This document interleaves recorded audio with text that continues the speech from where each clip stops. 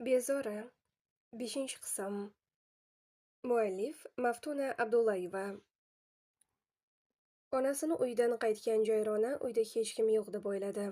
Chunki hamma qarindoshlarnikiga mehmonga aytilgandi. O'zini qorni ham to'qligi uchun faqat hamma joyini supurib-sidirib kirib kitob o'qishni reja qilib kelgandi.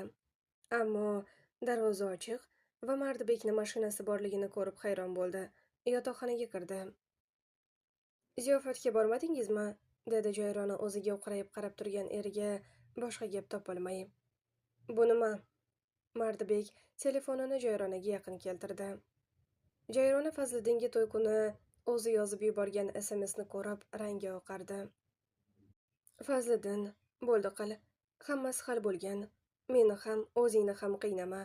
Bu to'y bo'ladi. Qiz telefonga qarab turaverdi, hech bir izoh bermadi. Gapir, sen menga tekincha shuncha qiynalgan edingmi? Dardingni Fazliddinga aytdingmi? Jayronadan sado chiqmadi. Mardibek alam ustida qizni yerga uloqtirib 2 marta ayamay tepdi. Keyin ketmasam bir balo qilib qo'yaman deb chiqib ketdi. Mashinasini tezligini oxiriga qo'yib borar ekan, tasodifan yo'lidan chiqqan bolani urib yubormaslik uchun yo'lini burib keskin tormoz berdi. Usta haydovchiligi uchungina mashinani vaqtida to'xtatib qoldi. Og'ir nafas olib o'ziga keldi. Keyin xayoliga lip etib onasini gapi keldi.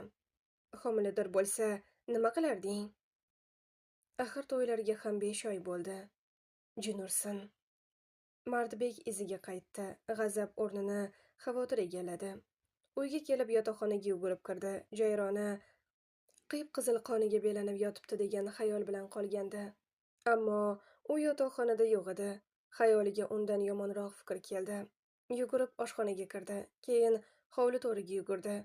Og'ilxona eshigi ochiq, doim yopiq turardi.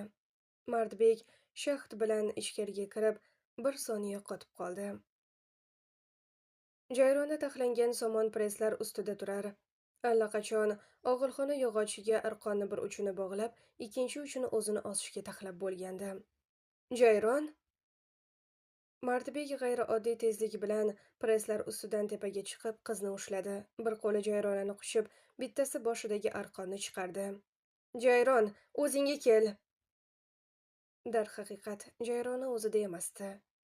Ko'zlari doim kulib turadigan shahlo ko'zlarida hech bir ma'no yo'q edi. O'likni ko'zlariga o'xshardi go'yo. Qayerdaman? Jayrona ko'zini ochib dastlab qayerda ekanini anglolmadi. Shifoxonadasiz, dedi yonida kelgan hamshira. Onam qani? Onangiz emas, eringiz olib keldi. Hozir chaqiraman. Yo'q, dedi Jayrona jon holatda. Chaqirmang. Iltimos, uyimga ketishimga yordam bering. Telefoningiz bormi? Onamga qo'ng'iroq qilib olay. Singlim, sal og'irroq bo'ling. Oilada har xil vaziyat bo'ladi. Hammasiga o'zingizni tashlab yuboraverasizmi? Chidolmas ekansiz, nega buncha yosh yerga tekkansiz? Jayrona hamshiraga qarab turib hech bir javob qaytara olmadi. Nima desin? Qanday oqlasin o'zini? Vaziyat doim uni zarariga ishlashini xush ko'rsa, nima qilsin? Hamshira chiqib ketib Mardibek kirib keldi. Jayrona beixtiyor turgan joyida g'ujanak bo'lib oldi. Jayron. Mardibek uni yoniga o'tirib, sochlarini silash uchun ko'tardi. Ammo Jayrona kaltak tushadigandek qo'llari bilan boshini to'sib oldi. Mardibek iztirob bilan xotiniga qarab qoldi. Qo'lini tushirib, bag'riga tortdi. Jayrona dir-dir titrardi. Mardibek ertasi kuni Jayronani kasalxonadan olib chiqdi. Shifokor tanishlari bo'lgani uchun Mardibekni yaxshilab, postagini qoqib urishib, dorilar yozib berdi. Aslida bunaqa holatda kelgan bemor uchun militsiya chaqirishim kerak edi. Onang uchun insof qildim. Agar rostdan yaxshi ko'rsang, o'zingni to'g'rilab ola. Yosh ekan, asablari qattiq charchagan, dosh berolmay bir kun o'zini bir narsa qilib qo'ysa, dog'da qolasan. Mardbek Jayrona o'zini osmoqchi bo'lganini yashirgandi. Onasiga faqat urishib qolganini aytdi. Ozoda opa o'g'lini siquvga olib, bor gapni bilib jahli chiqib ketdi. Shunchalik mahmo bo'lasanmi? Bu iflos atay kelin bilan dars qilib o'tirganini suratga oldirgan. Qara, birov olgan suratni. Yetaklashib yurgan bo'lsa, pinjiga kirib selfi qilmasmidi? Yoki hech bo'lmasa, qo'l ushlashib yurmasmidi? U payti Jayronani boshi ochiq edi-ku. Nega endi buncha tutaqasan? Fazliddin Qozog'istonda turib, seni shuncha o'yin qilyapti. Sen ahmoq, uchalgan nog'oraga o'yin o'ynab o'tiribsan. Mardbek kallasi joyida payti hammasini tushunardi, ammo yana bironta surat kelsa o'zini bosolmaydi. Bundan tashqari shu suratlarni o'zini tanish bilishlarga tarqalishini o'ziyoq Mardbekni sharmanda qilardi. Nimadir o'ylab topishi kerak. Shunday narsa bo'lsinki, Fazliddin tilini tishlab qolsin. Jalil bilan maslahat qilishi kerak. U usta bunaqa narsalarga. Oshqozoni bezovta qildi deb olib ketilgan Jayrona qaytgan kuni onasi ham xabar oldi. Qizini qandaydir o'zgarib qolganini sezsa ham, qudasi oldida so'rolmadi. Biroz ko'ngli xijil bo'lib ketdi. "Sal o'zingni tut", dedi qaynonasi qoshini chimirib. "Onang bechora ahvolingni ko'rib xavotir bilan ketdi. To'g'ri, o'g'lim yaxshi ish qilmabdi. Lekin sen ham ozgina ayyor bo'l. Mardi sen desa o'lib qolar darajada yaxshi ko'radi. Shunga munosib javob qaytarmaganingdan har xil xayollarga boryapti." Jayrona har doimgidek bosh egib eshitdi, ammo hech bir gapni ma'nosini chaqmadi. U go'yo asira misol buyruqlarni eshitib jim turardi. "Jayron, dorilaringni ichdingmi?" Mardibek yotoqda shiftga termilib yotgan xotinini sochlarini siladi. "Ha, nechtasi qoldi?" "Bittasi." "Qachon ichasan?" "Soat 10da. Hali vaqti bor ekan." Mardbek Jayronani quchish uchun qo'l yuborganda, u ingrab yubordi. "Nima bo'ldi?" "Hech narsa." Jayrona chapga qarab oldi. Mardbek esa uni ustini ochib tashlab ko'ylagini ko'tardi. O'zi o'sha kuni tepgan joy momatalo bo'lib ketgandi. Mardbek indamay Jayronani ustini yopdi. Qaytib gapirmadi. Ertasi kuni Jayrona qaynonasini nasihatini eshitmaslik uchun turib, u ishlariga sho'ng'idi, ammo nimadir tilini bog'lab turganday gapirgisi kelmasdi. Hatto chaqqisi kelib o'tgan Dilzoda ham biron ish chiqara olmay ketdi. Kun kech bo'lgan payti Mardibek kech kelishini aytib onasiga qo'ng'iroq qildi. "Xayolingni joyiga qo'yib kel", dedi ozoda o'g'liga. "Ichib, hunar ko'rsatsang, boshqa qo'shilmayman." Mardibek xo'p dedi-yu, ichmasa bo'lmaydigan davrasi bo'lgani uchun baribir yaxshigina mast bo'lib qaytdi. Kelganida Jayrona yana shiftga qarab xayol surib yotgan ekan. Mast kelganini ko'rib, qo'rqibgina o'rnidan turdi. Ha, Mardibek yaxshigina mast edi. Shuning uchun dilidagi gapini ochiq aytishdan tortinmadi. "Jayron", dedi yotoqdan turib yoniga kelgan qizni bag'riga bosib. "Avvallari ichib kelsam, araz bilan qararding. Endi necha kundan beri ko'zingda qo'rquvni ko'raman. Ayt, meni Jayronim qani?"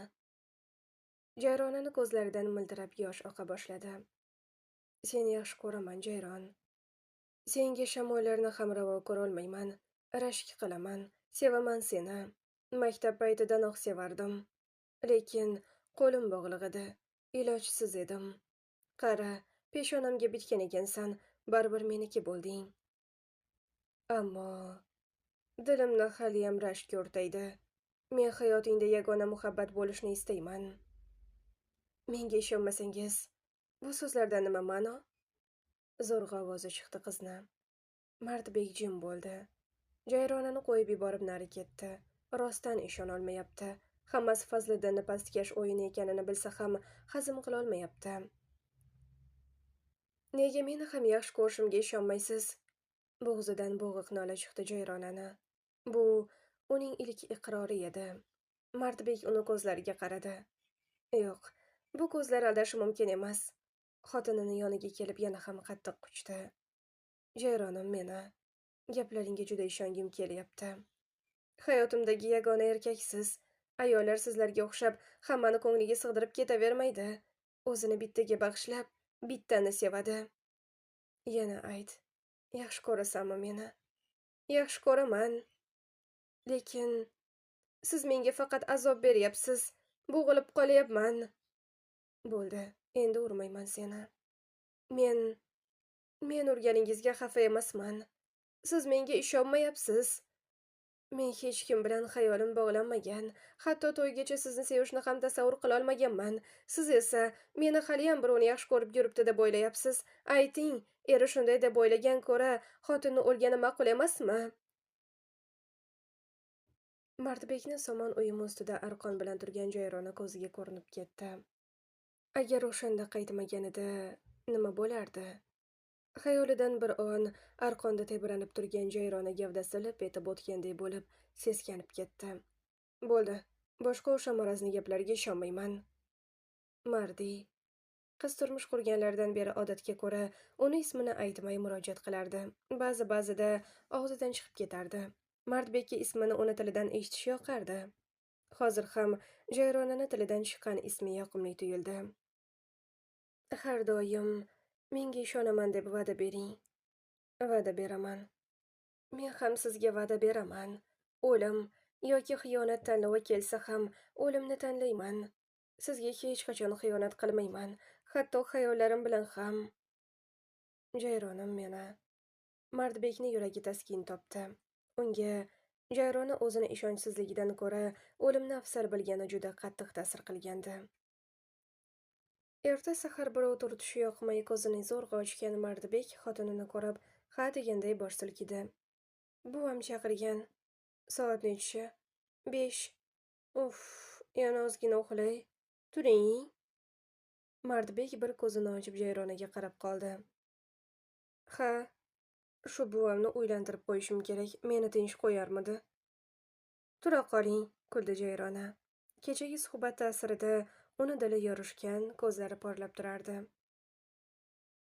Mardbek unga biroz qarab turib, erinibgina turib kiyinib chiqib ketdi. Shu bilan tushlik payti kirib keldi. Qo'lida paket bor edi. Jayron, labay. Oshxonadan chiqib keldi xotini. Ma, shashlik olib keldim. Dasturxon tuzi. Ovqat ham qilgandim. Kechga yeymiz. Xo'p. Ozoda opa chiroyi ochilib turgan kelini bilan o'g'lini ko'rib, mamnun kulib qo'ydi. Jayrona uyiga mehmon bo'lib kelgan Robiyani ko'rib xursand bo'lib ketdi. Ikki dugona ancha suhbat qilib o'tirishdi. Oysuluvni ham olib kelmabsan-da, dedi Robiyaga. U motam tutyapti. Nega? Erga berishyapti-ku. Voy, kimga? Hech kimga aytma. Sal ovozini pastlatdi Robiya. Jalil, qilar ishni qilib, seni olmayman, birovga aytsang ham o'zing sharmanda bo'lasan deb tashlab ketgan ekan. Oysuluvni dardi ichida bitta ikkita chiqqan sovchiga onasi beraman deb oyoq tirab olgan ekan, bor gapni aytib, yig'lab beribdi. Onasi avvaliga rosa kaltaklabdi, keyin jim yur, o'zim tengingni topib uzatib yuboraman debdi. Tengi kim ekan? Qo'shni qishloqli, xotini chiqib ketgan bir qarindoshi ekan, ikkita bolasi bilan yashar ekan. Yoshi nechida? Robiya uh tortdi. Bilmadim. Bilganim, birinchi qizi biz tengi. Nima? O'zi aybdor Jayrona. Sevgingni isbotla desa, shunday isbotlash kerakmi? Jalil hali manaman degan qishloqni oldi qizini oladi. Bu ahmoq nima bo'ladi? Ona bo'lmay, qaynona bo'ladi hali. Jayrona Robiya ketgach ham Oysuluv haqidagi gapdan yomon his etib yurdi o'zini. Nima bo'ldi? Dedi Mardbek parishon xotir qizga. Siz ham ko'p qizlarni qaqshatganmisiz Jalilga o'xshab? Ha, Robiya nima deb ketdi? Oysuluv o'zi tengi qizi bor odamga tegayotgan ekan. O'zi aybdor, Jalil uni olmasligi aniq edi. Mardbek, nega shunaqa? Qiz bolani xatosini kechirib bo'lmaydi. Yigit kishi hech balo bo'lmaganda yuraveradi. Bilmadim. Bilganim, qadrim arzon bo'lmasin desa, o'zini arzon qilmasin qiz bola. Sizdan eshitdi bunaqasi? Oysuluv qarg'ab yotgandir. Qarg'ishi Jalilni urmaydi deb kim ayta oladi? O'shanda jabrini unga tekkan qiz ham tortadi. Ochig'ini aytsam, to'mtayib olmaysanmi? Jayrona Mardbekka og'riqli qaradi. Ana, boshlading, aytmayman. Ayting, boshladingiz endi. Baribir qo'limdan hech narsa kelmaydi. Mardbek hafsalasi pir bo'lib qarab turgan qizga biroz termulib tomoq qirib qo'ydi. Meni hayotimda qizlar bo'lmagan. Men Jalildek uchar emasman. Hatto Dilzodani qo'lini ham ushlamaganman. Menga qilgan munosabatingizdan bunga o'xshamasdi. Seni seni yoqtirib qolgandim. Shuning uchun o'zimni tutib turolmasdim. Hozirchi sen bor-ku Jayronim. Jayrona soxta jilmayib qo'ydi. Ishonmading-a? Menga sendan boshqasi kerak emas, bilasanmi shuni? Yolg'onchi. Jayrona o'rnidan turdi. O'lay agar. Unday demang, baribir yolg'on aytyapsiz. O'lishimdan qo'rqasanmi? Jinni, bunaqa gaplarni gapirmang. Mardibek ichida mamnun kulib qo'ydi. Fazliddin uni shu baxtdan mahrum qilish uchun urindi. Jayrona farishtadek begunoh, unda aybi yo'q. Fazliddinni esa tanobini yaxshigina tortib qo'ydi. Pastkash bilan o'zini tilida gaplashish kerak. U ham shunday qildi. Fazliddin opasi shaharga turmushga chiqqan. Ozgina yengilroqligi sabab onasi uzoqroq tanishlarini o'g'liga taqib yuborgan. Shu opasini boplab birovga avratdi. Eri Rossiyaga ketgan ayol ham bir hafta deganda uchrashuvga ham ko'na qoldi. Mardibek shundan nariga o'tkazdirmadi. Har qalay bir qishloqni odami. Opasini SMS va suratlarini Fazliddinga tashladi, ammo hech narsa yozmadi. Fazliddinni o'zi tushunib oldi. Agar Jayrona bilan bog'liq biron tahdid qilsa, Mardibek ham shu suratlarni ishga soladi. Shu bilan Fazliddin ham jim ketdi. Mardibek ortiq Jayronadan shubha qilmay qo'ydi. Ahmad Sherni qo'li chiqib ketgan xotinini tabibga olib borib kelgan Mardibekni yoniga chaqirib, obdon postagini qoqdi. Sherligingni ichib bildirmoqchimisan? Nima qildim? Ona bola ikkoving mazasi yo'q deb kelinni uyga qamab, ko'kargan ko'zini berkitib, meni ko'zimni bog'lamoqchimisan? Endi qo'l-oyog'iga o'tdingmi? Kecha ham otib kelganding. Buva, nima buva? Qachon bolali bo'lasan bu turishda? Buva, o'chir. Bugundan bir quldum ichganingni ko'rmay. Mardbek tortishishni foydasi yo'qligini sezib bosh irg'adi. Ha, nima bo'ldi? Dedi Jayrona shumshayib kirib kelgan eriga qarab. Buvam meni seni urib qo'lingni chiqargan deb o'ylayapti. Unday emas demadingizmi? Qanday desa nima deyman? Tirjaydi Mardbek. Jayrona ham kulib qo'ydi. Kecha rostdan ham Mardibek ichib keldi. Jayronani qo'lini ham u chiqarib qo'ydi. Bunga sabab esa Mardibek sizni yaxshi ko'raman deb aytasan deb qizni majbur qilishi bo'ldi. Jayrona qiqirlab kulib aytmayman deb qocha boshladi. Mardibek ushlab olib qo'lini qayirib yana qistadi. Keyin Jayrona og'riqdan dodlab yubordi. Mardibek qo'yib yuborgach, boshida og'riq pasayganday bo'ldi. Chiqqan deb o'ylashmadi ham. Ammo keyin kechasi bilan og'rib chiqdi. Erta sahar tabibga ketishdi. Ayting edi, meni sevishini aytiraman dedim deb.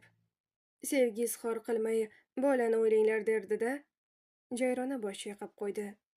Jayron, rostdan nega bo'yingda bo'lmayapti? Bilmasam. Bir shifokorga uchrashmaysanmi? Uyalaman.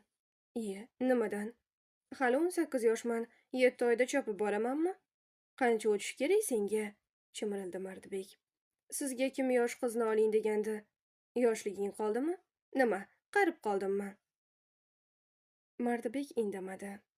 Xayoli boshqa joyda edi. Rostdan bolali bo'lish haqida chuqurroq o'ylab ko'rmabdi. Erta onamga aytaman, borib kelasizlar. Menga o'g'il tug'ib bersang, zab ish bo'lardi. Endi Jayrona jimib qoldi. Xafa bo'ldingmi? Mayli qiz bo'lsa ham, lekin ikkita o'g'il tug'ib berishing shart. Mayli edi, faqat o'g'il tug'sam. Qiz ko'rishni istamasdim. Nega unday deysan?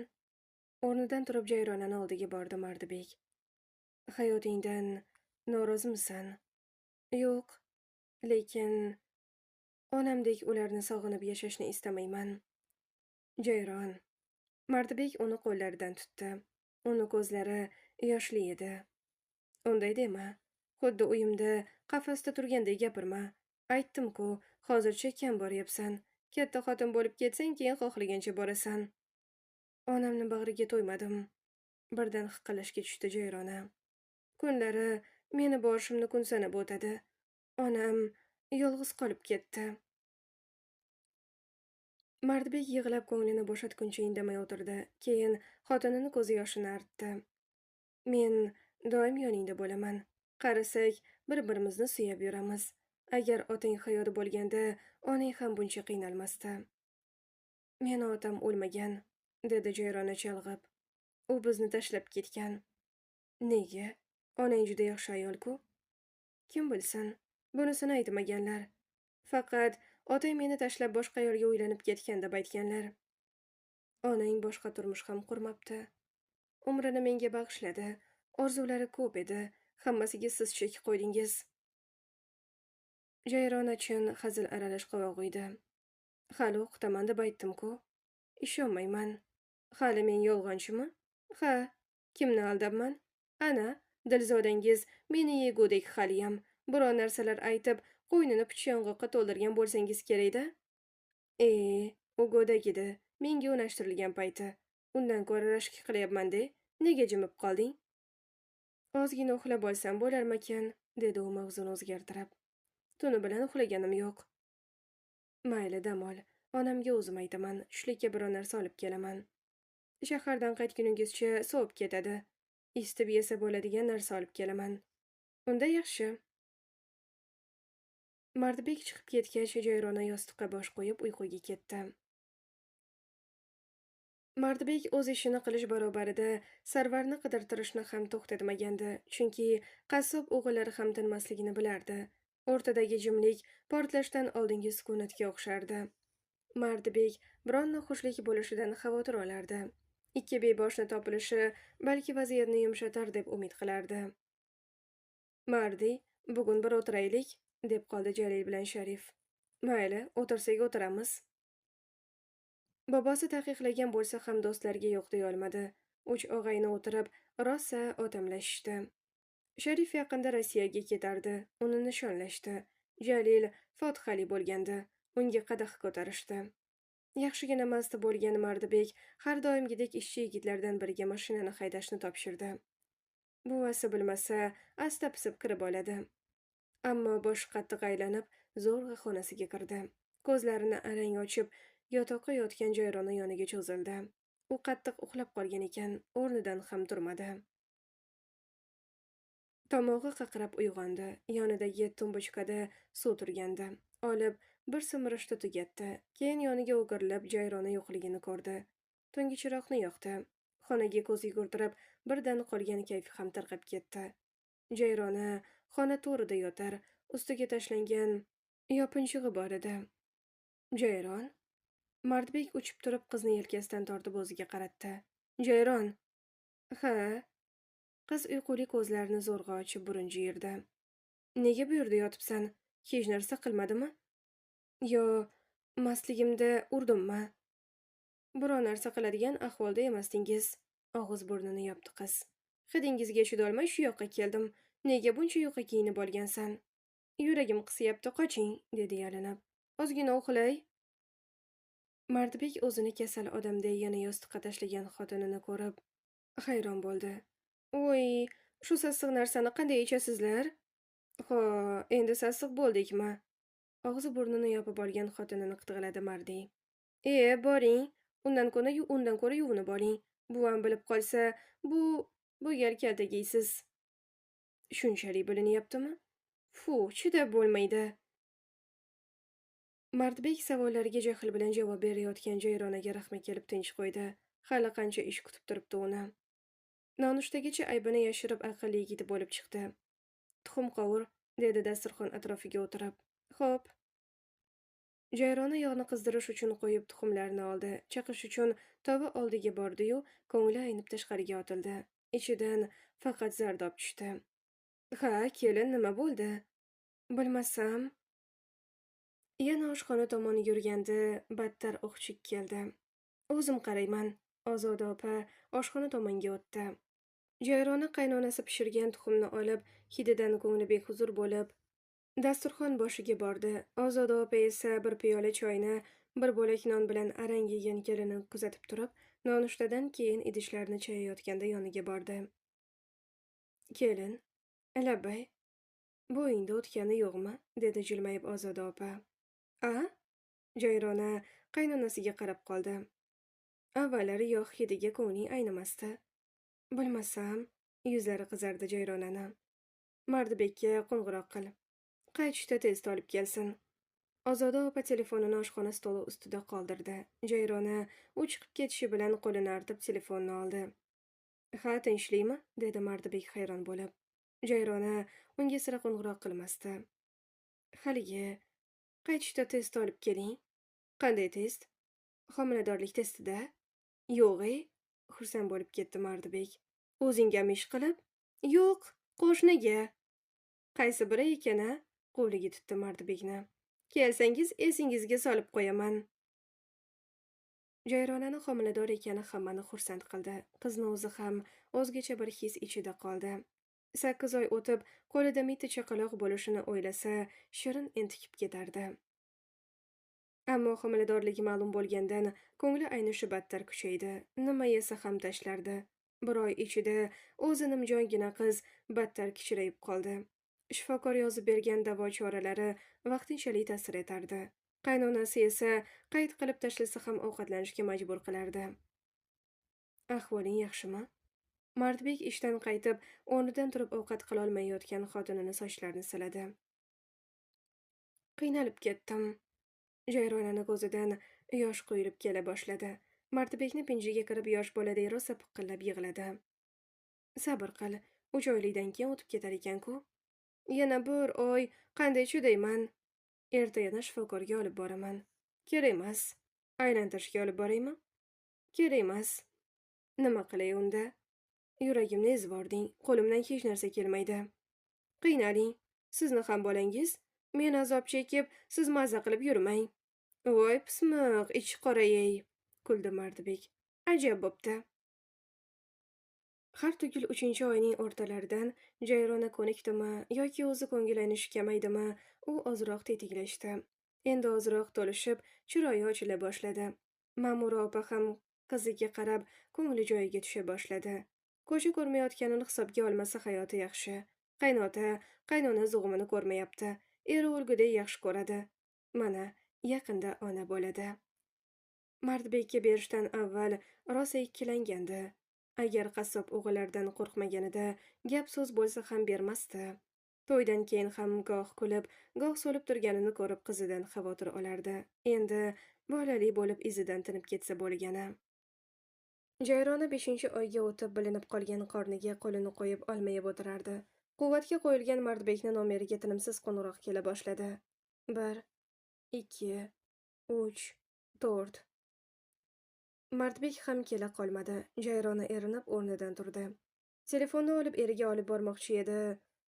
Qo'ng'iroq qilayotgan nomer X deb saqlangandi. Jayrona bu nomer oldin ham chiqqanini esladi. Mardbek olib bir qosh shimirib o'chirib qo'ygandi. Boshqa safar o'zim qilmaguncha meni bezovta qilma deganmidim senga deb o'chirib qo'yganini esladi. O'shanda ichiga tushgan shubha bosh ko'tardi. Alo. Ayol kishining ovozini eshitib yuragi to'xtab qolay dedi. Jonim, yaxshimisiz? Shu payt Mardbekning o'zi kelib qoldi. Qo'lida telefonini ushlab turgan xotiniga qarab qosh shimirdi. Ruxsatsiz telefoniga tegishni yoqtirmasdi u. Kim ekan? Jayronani qo'lidan telefonni tortib olib nomerni ko'rdi-yu, rangi xiyol o'zgardi. Alo, senga nima kerak? Mardbek telefonni olib tashqariga chiqib ketdi. Jayrona esa yiqilib tushmaslik uchun yotog'iga borib o'tirib oldi. Yuragi bejo urib, ko'nglini behuzur qilardi. Qo'lidagi olmani nari otib yubordi. Ich-ichidan kelayotgan bir nido yig'iga aylanib, ko'zlaridan oqib tusha boshladi. Jayron. Mardbek qovog'ini ochmay kirib kelib, qizni o'ziga qaratdi. Jayrona uni siltab tashladi. Tegmay menga. Noto'g'ri tushunding. Nimani noto'g'ri tushundim? Sizni jonim deb chaqirishinimi? Yoki sog'inib ketganinimi? Endi u meni yoqtirsa, men aybdor emasman. Bu nomerni sizga birinchi marta qo'ng'iroq qilish emas. O'zingiz qaytib chiqishingizni aytib o'chirib ham qo'ygansiz, ko'z oldimda. Tunda ko'payib ketayotgan ishlaringiz shu tufayli bo'lgan ekan-da. Ayniqsa oxirgi paytlar. Jayron, nima Jayron? Qichqirib o'rnidan turdi Jayrona. Bukrini go'r tuzatadi deganlari rost ekan. Siz odam bo'lmaysiz. Jayron, haddingni bil. Bilib bilmay valdirama. Bo'lmasa nima qilasiz? Urasizmi? O'ldirasizmi? Bolaga zarar qiladi, o'zingni bos. Harom xarich yurgan paytingizda ham o'ylaysizmi shu bolani? Yo'q joydan janjal axtarma. Jayronani yelkasidan tutib silkidi.